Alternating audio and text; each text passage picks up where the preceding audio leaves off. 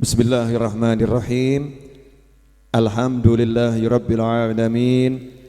Allahumma salli wa sallim ala sayyidina Muhammadin miftahi babi rahmatillah adada ma fi ilmillah salatan wa salaman daimaini bidawami mulkillah wa ala alihi wa sahbihi. Allahumma salli ala sayyidina Muhammadin salatan taftahu biha lana futuhal arifin wa tufaqihuna biha fid din wa ala alihi wa sahbihi. Assalamualaikum warahmatullahi wabarakatuh.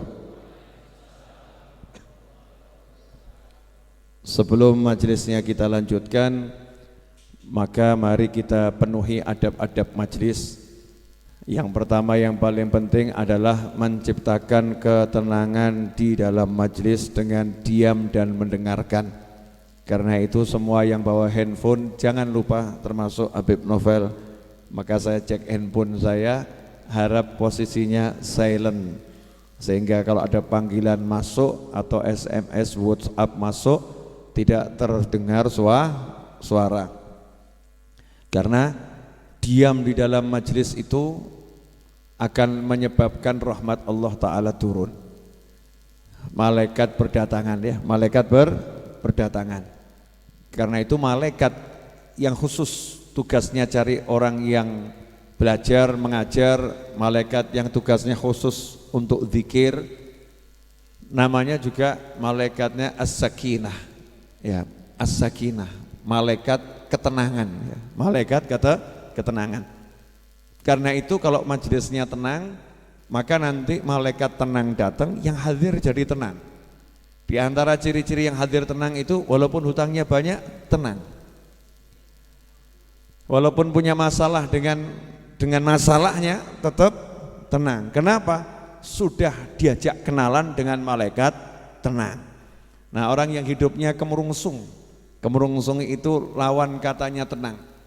Kalau tenang itu ya tenang, kalau kemurungsung berarti tidak tenang. Ya, serba ragu, serba khawatir, itu namanya kemurungsung. Bukan tergesa-gesa ya. Beda tergesa-gesa dengan kemurungsung. Kemurungsung itu enggak tenang. Nah, karena enggak tenang, nanti akhirnya tingkahnya itu enggak jelas. Naik motor jadi serba kedadapan gitu ya. Ngebut enggak jelas. Pembalap dikatakan kemurungsung, protes. Saya enggak kemurungsung kok. Saya jalan 500 km per jam tenang kok. Enggak percaya? Tanya sama pilot. Pilot pesawat itu kecepatannya tinggi tapi tenang, tidak kemurungsung.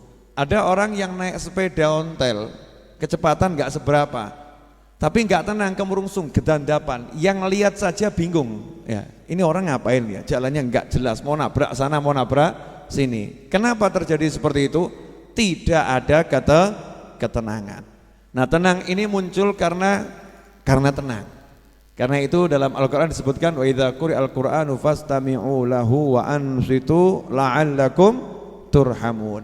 Jadi kalau diam tenang hasilnya apa? La'allakum turhamun. La'alla kalau Allah yang bicara, ya kalau kata la'alla itu artinya bisa jadi, semoga gitu. Tapi kalau Allah yang bicara bukan semoga, tapi sebuah kepastian. Siapa yang tenang, yang diam mendengarkan Al-Quran dibacakan, maka pasti turhamun, kalian mendapatkan rahmat. Nah, tenang menghasilkan rahmat. Rahmat datang karena ada tenang. Nah, termasuk diantaranya ketika kopi diedarkan, tenang, jangan kemurungsung, entuk ora. Keduman apa ora, sampai sini atau tidak. Ini namanya kemurungsung, enggak tenang. Nah, ini baru contoh kopi. Keluar cari rezeki juga begitu. Kalau enggak tenang, jualan di warung gitu ya. Kok ada orang lewat gitu ya, terus ke tokonya temennya, ke warungnya temennya, hatinya enggak tenang, dia panas. Ada orang makan di warung tetangganya, hatinya panas. Ada orang beli dagangan temennya, hatinya panas. Temennya satu kantor naik gaji, dia enggak naik gaji, panas gitu ya. Kenapa? Karena kemerungsung. Maka yuk kita minta kepada Allah Ta'ala agar kita bisa jadi manusia yang mutmain, manusia yang betul-betul tenang pikirannya, tenang hatinya, tenang jiwanya, tenang pula langkahnya. Langkahnya tenang. Langkahnya tenang bagaimana? Enggak kemerungsung. Repot juga ya nerjemahkannya ya. Langkahnya tenang itu enggak kemerungsung. Dicaci, dimaki, dihina, stay cool, tenang dia. Idza khatabahumul jahiluna qalu salama. Itu ciri-ciri ibadur rahman, hambanya Allah yang maha penyayang. Kalau diajak bicara sama orang-orang bodoh dengan kalimat-kalimat yang enggak jelas, dicaci, dimaki, dihina, direndahkan, dia cuman mudah-mudahan saya selamat, mudah-mudahan kamu selamat. Monggo, lanjut gitu ya. Itu kalau pribadinya yang diserang, enggak respon panas itu enggak. Tenang saja. Alhamdulillah malam hari ini mudah-mudahan malaikat sakinah kumpul di sini. Kemudian kenalan dengan kita semua. Setelah itu kita pulang malaikatnya ikut. Ya, malaikatnya ikut. Kemudian malaikatnya jadi teman kita dimanapun kita berada, sehingga bawaannya kita itu nanti dimanapun jadinya tenang. Bu, kalau suami gak ngasih duit, ibu tenang atau kemerungsung? Sambil dincipi yang dapat kopi, tenang atau kemerungsung bu?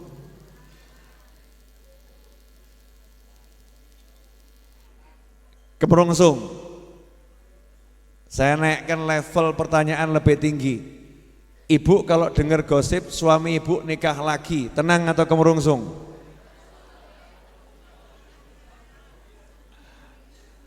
Gosip bu, gosip.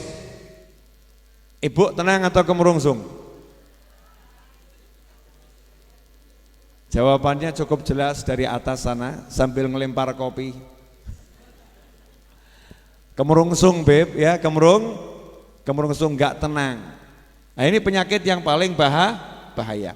Maka untuk menenangkan hati, menenangkan pikiran, menenangkan tubuh sudah disebutkan di Muqaddimah Kitab Arba'in An-Nawawiyah. Muqaddimah Kitab Arba'in An-Nawawiyah ini kalau dipelajari betul, maka insya Allah kita belum bahas 40 hadis udah tenang. Belum bahas satu hadis udah tenang. Kenapa? Karena Imam Nawawi dalam Muqaddimahnya telah mencurahkan pikirannya, mencurahkan hatinya, mencurahkan jiwanya, menitipkan nur ya min anwarih, sebagian dari cahaya jiwanya dititipkan dalam Muqaddimah kitab ini. Ya dititipkan. Sehingga kalau kita paham, kita dapat nurnya ini, Masya Allah, hidup itu mudah dan hidup itu nikmat. Kalau hidup masih terasa sulit buat kita dan hidup terasa tidak mudah buat kita, berarti kita belum kenal Allah Subhanahu wa Ta'ala. Kalau kita udah kenal Allah Ta'ala, apapun kondisinya, bagaimanapun posisinya, serumit apapun masalahnya, maka hidup itu mudah dan ringan dan enak luar biasa. Insya Allah lewat lembaran-lembaran dari kitab ini tiap Jumat kita belajar, kita akan mendapatkan bukti dari apa yang barusan saya sampaikan. Mari kita lanjutkan. Jumat sebelumnya dan sebelumnya masih di masalah minta tambahan. Wa as'aluhul mazida min fadlihi wa karami. Minta tambahan karunia, tambahan nikmat, tapi enggak mau repot. Minta tambahan nikmat, tambahan karunia, tapi enggak mau repot, enggak mau susah-susah. Usaha iya, tapi enggak mau kemerungsung, enggak mau susah. Dari mana itu? Min fadlihi wa karomih. Dari kedermawanannya Allah dan kepemurahannya Allah Ta'ala. Mintanya dari situ. Ya Allah, udah jangan dihitung-hitung amal saya, jangan pakai nilai-nilai amal saya, pokoknya saya dikasih tambahan. Pokoknya saya dikasih tambahan. Bu, ibu pernah enggak ngenyang barang dengan kalimat seperti ini? Pak, saya tidak mau nawar, tapi tunjukkan kemurahanmu. Pernah enggak bu? Enggak pernah ya? Saya pernah bu. Karena kan saya nggak mau nawar, jadi saya cuma ngomong harganya berapa saya bayar, tapi saya pengen melihat kemurahan Bapak. Jadi saya nanti akan ngukur Bapak ini pemurah atau biasa-biasa saja. Tunjukkan kepemurahan Bapak itu. Yang jualan bingung, iki menungso apa demi itu deh. Kalau nggak ngurangi nanti kelihatan pelit, ngurangi kakean ya rugi gitu kan ya. Terus, wah Pak mohon maaf Pak, saya cuma bisa nguranginya segini. Loh saya nggak nawar, mau dikurangi berapa saya terima, tapi saya pengen melihat kepemurahan Bapak.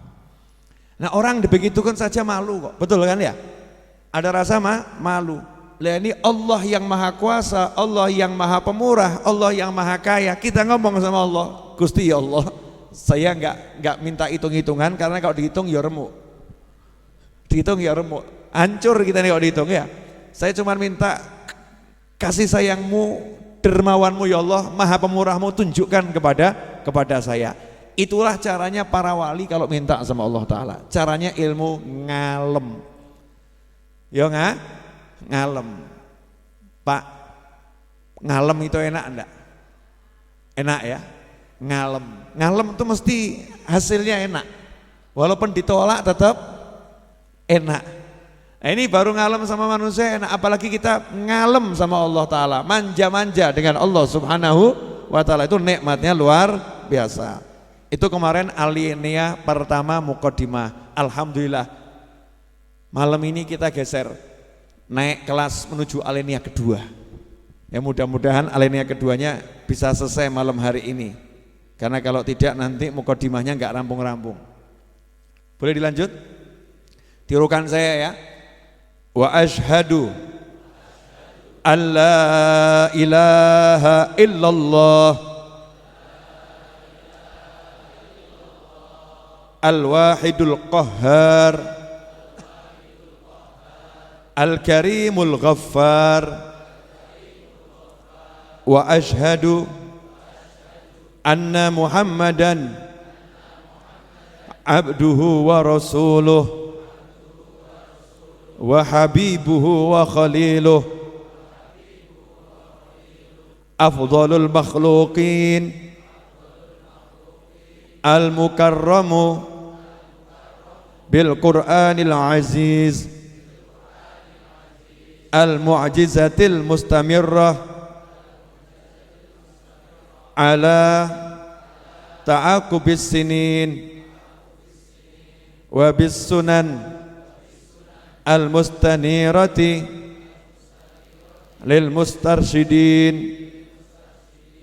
al-makhsusu bi jawami'il kalim wa samahatid din salawatullahi wa salamuh alaihi wa ala sairin nabiyyin wal mursalin wa ali kullin wa sairis salihin. Alhamdulillah kita udah baca bersama-sama alinea yang kedua. Diawali dengan kalimat syahadat tauhid, wa asyhadu an la ilaha illallah. Kalau kita orang masuk Islam itu syaratnya mengucapkan 2 kalimat syahadat. Kalau mengucapnya cuma 1 belum muslim. Ini penting untuk dibahas. Ya, ada orang kok saya yakin sama Allah, saya percaya sama Allah, tidak ada Tuhan kecuali Allah, tapi saya nggak percaya sama Nabi Muhammad SAW. Saya mau nanya, orang yang seperti ini berarti percaya enggak sama Allah? Enggak. Kalau dia percaya sama Allah, dia pasti percaya dengan Nabi Muhammad SAW. Kenapa? Karena Allah yang mengutus Nabi Muhammad SAW. Karena Allah telah memilih Nabi Muhammad SAW sebagai kekasihnya, sebagai makhluk yang paling mulia yang diciptakan Allah Ta'ala, dan seterusnya dan seterusnya. Maka tidak ada kalimat saya percaya sama Allah tapi enggak mau percaya sama Nabi, enggak ada. Kemudian yang berikutnya, percaya sama Allah, percaya sama Nabi, Saya percaya sama Allah, saya percaya sama Nabi, tapi saya pilih-pilih ajarannya, nggak bisa. Kalau udah percaya sama Allah, percaya sama Nabi, harus meyakini dan mempercayai semua ajaran Islam. Makanya kalau ada orang satu ajaran Islam tidak diyakini, nggak dipercaya sama dia, maka dia belum jadi muslim. Saat itu juga dia keluar dari agama Islam. Contoh, saya percaya sama Allah, saya percaya sama Nabi, tapi saya nggak percaya sama sholat. Saya nggak percaya sama zakat, saya nggak percaya sama puasa, maka dia bukan muslim. Walaupun mengucapkan 2 kalimat syahadat, irtadda min asbabil irtidad, itu sebab-sebab yang bisa menyebabkan orang keluar dari agama Islam. Jadi Islam itu bukan sekedar 2 kalimat syahadat. Walaupun kita nggak boleh menghakimi seseorang, percuma kamu mengucapkan 2 kalimat syahadat kalau nggak boleh kita bicara seperti itu. Iya. Kalau ada orang sudah mengucapkan 2 kalimat syahadat, maka dia sudah masuk Islam, karena kita nggak bisa meneliti hatinya. Yang saya sebutkan tadi kalau nggak diucapkan kan itu urusan hati. Kalau orang nggak mengucapkan seperti tadi, ya sudah dia muslim. Perkara hatinya punya keyakinan A sampai Z, yang tahu hanya dia dengan Allah Subhanahu wa ta'ala. Makanya kita nggak boleh menuduh ya dan menghakimi siapapun orangnya dengan kalimat kamu telah kafir, kamu telah kufur, kamu telah musyrik dan seterusnya, kecuali kalau ada perbuatannya yang menunjukkan kemusyrikan, ya, atau ada perbuatannya yang menunjukkan dia telah keluar dari ajaran Islam dan keluar dari agama Islam. Nah, ini bahaya, gak gampang, makanya hati-hati, jangan suka musyrik-musyrikan orang lain. Ya, ini fenomena kadang ada orang begini, jangan terlampau muji-muji Nabi Muhammad SAW. Kamu tuh jangan terlampau muji-muji Nabi, puji-puji Allah. Jangan puji-puji Nabi, nanti kamu mengkultuskan Nabi loh. Nanti kamu mengkultuskan Nabi. Puji-puji Allah, jangan puji-puji Nabi, nanti kamu mengkultuskan Nabi. Imam Nawawi menjawab, ya, saya akan bahas kitab ini, nggak keluar dari sini ya, bahas kitab ini. Kalau kita lihat Imam Nawawi tadi mengucapkan 2 kalimat syahadat, diawali dengan syahadat tauhid, setelah wa asyhadu an la ilaha illallah, itu masih dijelaskan Allah itu bagaimana, al-wahidil qahhar, yang maha sendiri, maha esa, al-qahhar, maha penakluk, al-karimul ghaffar, yang maha dermawan dan maha memaafkan, mengampuni. Baru syahadat Rasul, wa asyhadu anna Muhammadan abduhu wa rasuluh, dan aku bersaksi bahwasanya Nabi Muhammad SAW adalah hambanya Allah dan Rasulnya Allah. Pertanyaannya, titik sampai di situ atau ada kelanjutannya? Kalimatnya tadi itu titik sampai di situ atau ada kelanjutannya? Ada kelanjutannya. Kelanjutannya pendek atau panjang? Panjang. Yang panjang itu pujian untuk Allah atau untuk Nabi? Untuk Allah. Imam Nawawi hanya mengatakan asyhadu an la ilaha illallah al-wahidil qahhar al-karimul ghaffar. Selesai. Cuman nambah 4 asma Allah. Betul ya? Cuman nambah 4 asma Allah. Apa itu? Al-wahid, al-qahhar, Al-Karim, Al-Ghaffar, nambah 4 setelah syahadat tauhid.